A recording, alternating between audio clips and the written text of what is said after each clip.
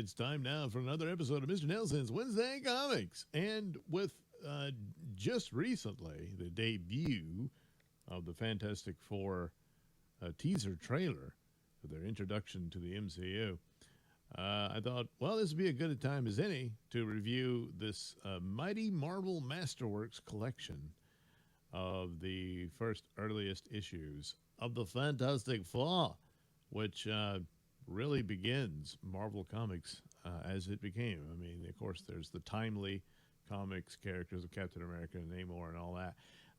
But really, Marvel begins with the Fantastic Four. So, hey, why didn't the MCU start that? They didn't have the movie rights to do it. So Iron Man was it. It's what they had, and that's how they proceeded from there.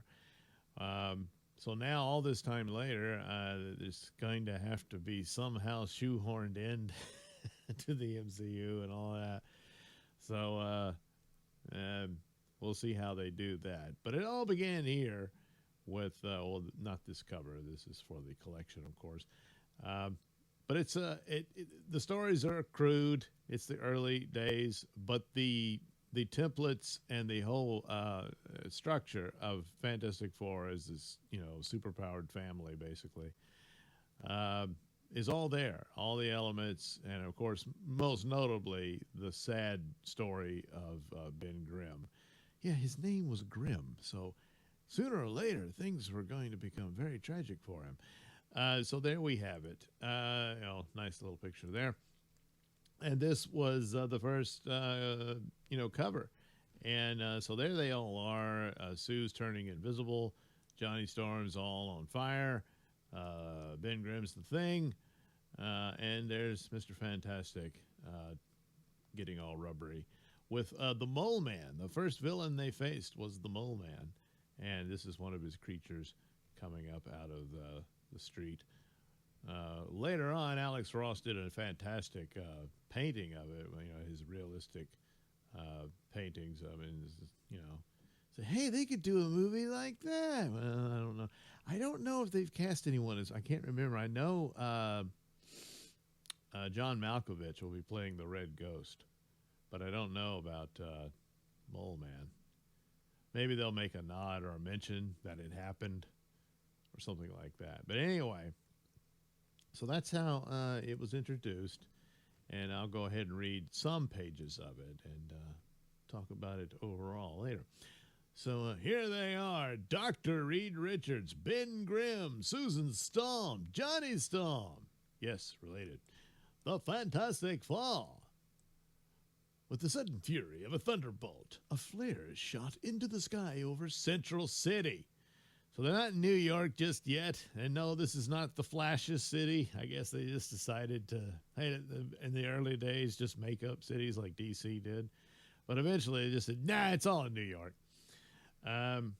3 awesome words take form as if by magic, and a legend is born. Look, in the sky. Is it a bird or plane? Superman? No. What in the blazes does it mean? I don't know, but the crowds are getting panicky. Rumors are flying about an alien invasion. Above all the hubbub and excitement, one strange figure holds a still smoking flare gun. One strange man who is somehow more than just a man, for he is the leader of the Fantastic Four. It is the first time I have found it necessary to give the signal. I pray it will be the last. Jeez, is it already skipping ahead on that? Well, I guess I'm not going to be able to read it like I thought I could. So, issue 5, they introduced Dr. Doom, who, of course, goes on to be their main arch nemesis. More so than others.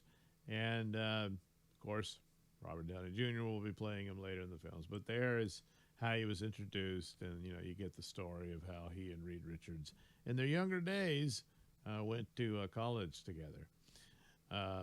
So, yeah, that's the deal. Ben Grimm and Reed Richards were buddies. They were at college together also. Ben Grimm got there on a football scholarship, I believe. And but Reed was, he was quite the science nerd, and he would get picked on and stuff. But Ben Grimm, took up for him and protected him and whatnot. And so they became best friends. Went into the army during World War II.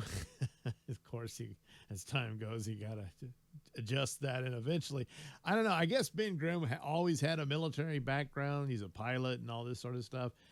And maybe Reed still has one, or I don't know. But eventually, you got to, nudge this and that. The further they get away from where it's, makes sense that they would have had that background. So by now, I don't know if they bother with saying that they were in the military. So anyway, here we go.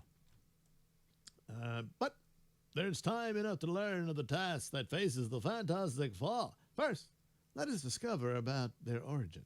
Let us go back to that momentous day when an angry Ben Grimm confronted Dr. Reed Richards. If you want to fly to the stars, then you pilot the ship. Count me out. You know we haven't done enough research into the effect of cosmic rays. They might kill us all out in space. Ben, we've got to take that chance. Unless we want the commies to beat us to it. I never thought you would be a coward. A coward? Nobody calls me a coward. Get the ship. I'll fly her no matter what happens. Well, you should have stuck to your guns, Ben, because, boy, it just doesn't work out for you. Interestingly enough, in the 80s, there was a series called Marvel Saga where they would take all of the early titles and, well, across time, really, and it fit within an overall narrative of the Marvel comics as if it was an all-connected, which technically it was, but I mean, more so in that narrative, and it all fit. It was really cool how they would do it. They would utilize the original art from the different stories. Sometimes, well, like the opening page would be new art. And so in Fantastic Four, this page was in it. I made a note of it because they changed it. I can't remember what it said, but they didn't want to use the word commies. But it's like stupid, so it went back. And also the Hulk was gray originally, and I think they just went ahead and recolored it where he was green. Stuff like that. And but also it would use stories that were actually much later when it was published, like, maybe 10 or 15 years later or what have you. But it would be some story explaining, oh, this is how that guy became this villain or whatever, and fit it in chronologically within the narratives, like it's supposed to have happened before the old story or what have you. And it was really cool. I think it lasted, 22 issues or something. But that's a neat thing to look for. It's I'll have to do a video on Marvel Saga. So anyway, and so led by determined Dr. Reed Richards, the little group sped toward the spaceport on the outskirts of town. Susan, Ben and I know what we're doing, but you and Johnny... Don't say it, Reed. I'm your fiancé. Where you go, I go. And I'm tagging along with Sis, so it's settled. No time to wait for official clearance. Conditions are right tonight. Let's go. I'm assuming that's Sue. I don't know. Anyway, before the guard can stop them, the mighty ship which Reed Richards had spent years constructing is soaring into the heavens towards outer space. So there they go. So they didn't technically own it, but Reed worked on the research for it. And I guess they just couldn't get the go-ahead to make it to the moon or whatever they're trying to do. And, of course, the space race with the Soviet Union was going on at the time. Hence Sue saying, we can't let the commies beat us, and that sort of thing. So that was, the inspiration to do it. Of course, for Reed, it's all about the science. So anyway, she's behaving like a baby. Everything is perfect. Yeah, except the cosmic rays. No one knows what they'll do. Well, we're about to find out, aren't we? Higher and higher, like a silver bullet, roars the sleek spacecraft. We had to do it. We had to be first. But we're reaching the cosmic storm area. Hang on. Rack, tack, tack, tack, tack, tack, tack, tack, tack. Hear that? It's the cosmic rays. I warned you about them. It's fine. I don't know. They're penetrating the ship. Our shielding isn't strong enough. But I don't feel anything. Naturally, they're only rays of light. You can't feel them, but they'll affect you just the same. I guess that was Ben saying it anyway. My head, it's pounding as though it's about to burst. Ben was right. We should have waited. Should have gotten heavier shielding. Oh, damn it. Johnny, what is it? What's happening to you? I don't know, sis. My body feels hot, like it's on fire. I feel like I'm burning up. Listen to me. Somebody else take the controls. I can't handle the ship anymore. My arms are heavy. Too heavy. Can't move. Too heavy. Got to lie down. Can't move. Ben! Gee, something's going on. I wonder why. I wonder why it's all different. But anyway, at that moment, the powerful ship's automatic pilot took over. Oh, well, there you go. That solves that problem. And managed to return the sleek rocket safely to Earth in a rough but non-fatal landing. Later on, I think they established this was in Ithaca somewhere. But anyway, I'm grateful we're all alive. It was mighty close. But Reed, we failed. After all your work, your dedication, we failed. What'd you expect? But we're still not completely safe. We still have to see whether the cosmic rays affected us in any way. Oh, Reed, I feel so strange. Susan! Look at Susan! What's wrong? So she starts vanishing, you know. You're fading away! Oh, no! It's impossible! Somehow the cosmic rays have altered your atomic structure, making you grow invisible. Sis, I can't see you at all anymore. That's just what I said, Johnny. How long will it last? There's no way of knowing. What if she never gets visible again? I don't know. Look, I see her. I'm myself again. It happened so suddenly, all by itself. See, no problem. Thank heavens you're all right, my darling. All right, eh? How do you know, wise guy? How do you know she won't turn invisible again? How do you know what'll happen to the rest of us? Ben, I'm sick and tired of your insults. Look, he's exactly right. You should have listened to it. You weren't ready to do this stupid stunt.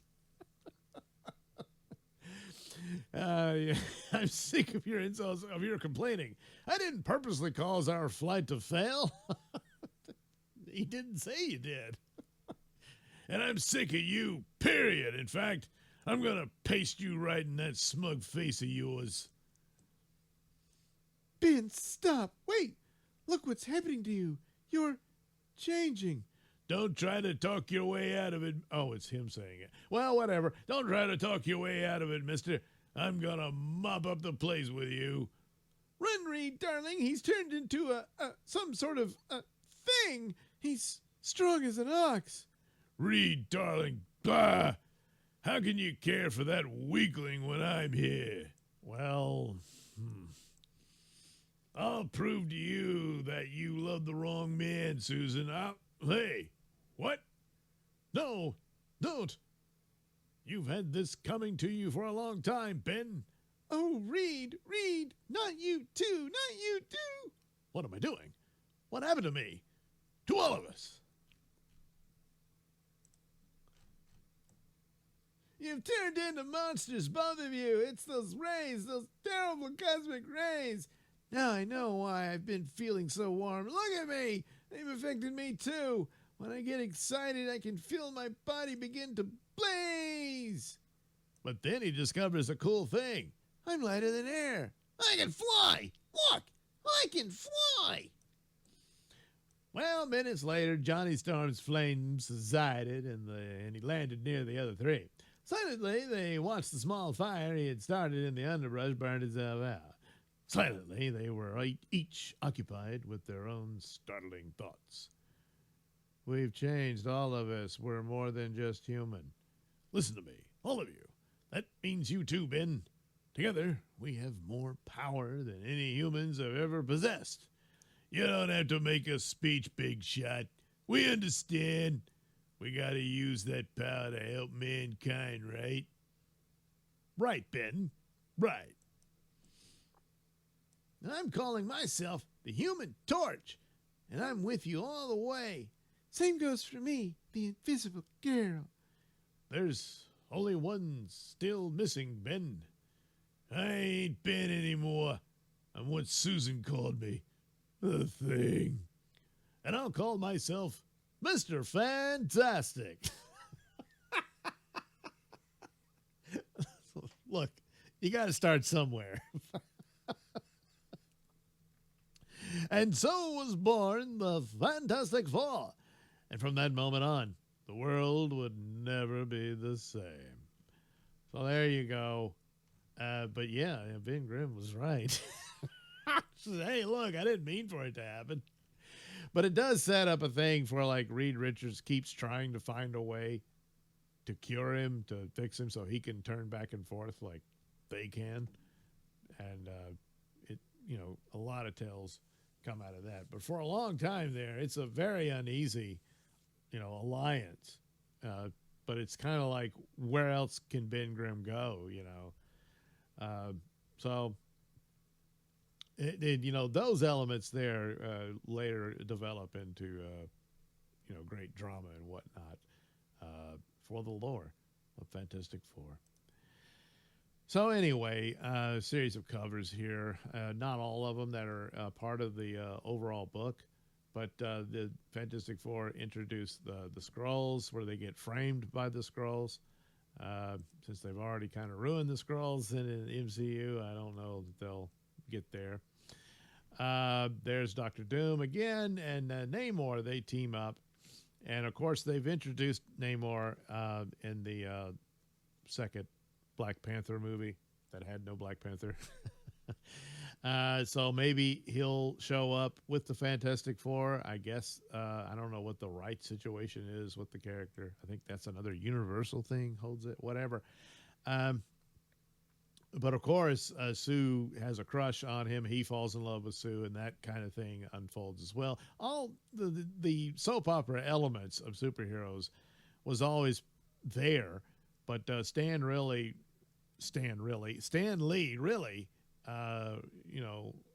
twist the dial up quite a few notches on that concept to the benefit of the attraction to these superhero stories that they put out. So another thing about the Black Panther movie, it was rumored that, and there was some concept art that maybe they were thinking of introducing Doctor Doom in that movie, because way back to the early days of when Johnny Storm finds Prince Namor,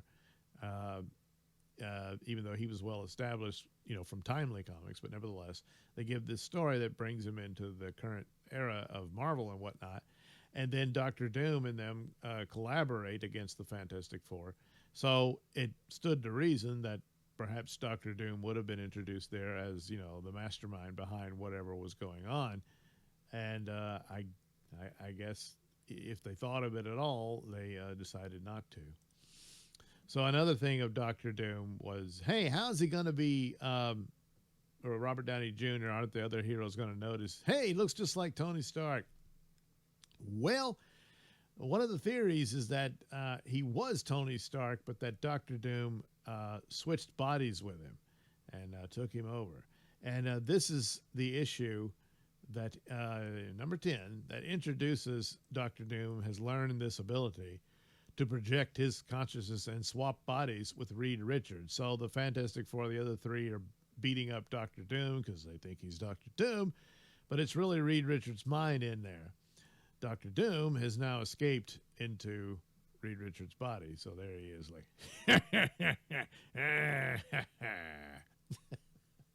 and then he's going to have fun with Sue. But apparently, Stan Lee and Jack Kirby wrote themselves into the story. Yeah, they did.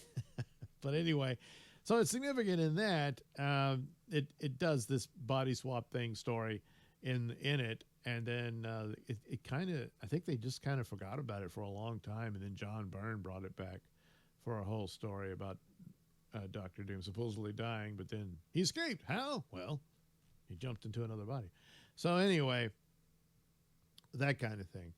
But so it holds a lot of significance for Fantastic Four later on, and maybe a plot element for the MCU going forward with their introduction of Doctor Doom.